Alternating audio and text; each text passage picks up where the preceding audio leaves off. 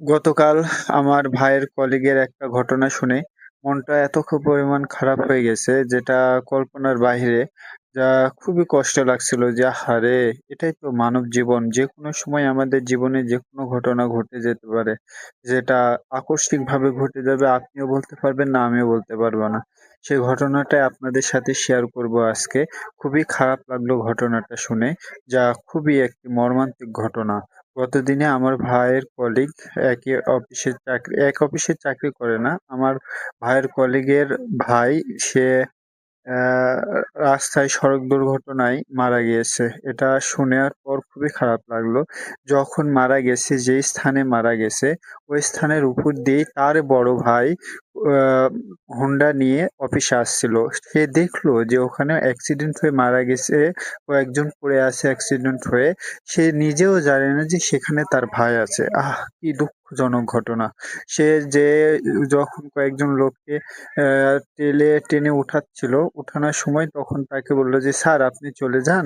আমরা এদেরকে বের করে দিচ্ছি। এদেরকে হসপিটালে পাঠাচ্ছি।" কিন্তু সে নিজেও জানে না ওখানে তার ভাই ছিল। সে চলে আসলো অফিসে। অফিসে এসে আমার ভাইদের সাথে তার কলিগদের সাথে শেয়ার করতেছে, "জানেন আজকে আমি অফিসে আসার পথে একটা সড়ক দুর্ঘটনায় অনেক কয়জন লোক মারা গেছে। সেখানে হচ্ছে আমি কয়েকজনকে উঠানোর জন্য চেষ্টা করলাম।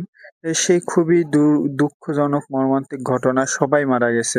শুধু ২ জন বাঁচছে। সিএনজি আর একটা সিএনজি আর ট্রাক। সিএনজি মেরে দিছে ট্রাকে।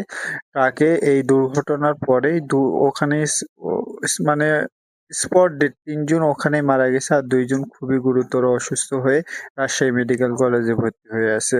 এরকম ঘটনা তার একটি ছোট বাচ্চা আছে। আমার ভাইয়ের কলিগের ভাই যে মারা গেছে তার একটা ছোট ৫ বছরের বাচ্চা আছে।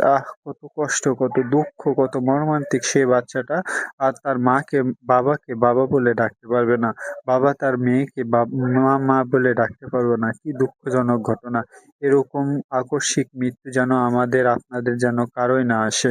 যাই হোক আজকে আমি একটু আসছিলাম শ্বশুরবাড়িতে।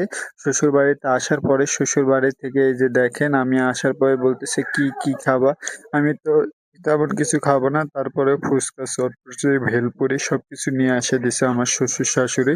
আমার শালাবাবু তো মনে করেন যে আমারে দেখলেই তো মনে করেন যে কি আছে আরকি। এই যে দেখেন একাই সবকিছু খাচ্ছি। সামির ভিডিওটি কেমন লাগলো অবশ্যই বাবা জানাবেন। ধন্যবাদ। সালাম আলাইকুম।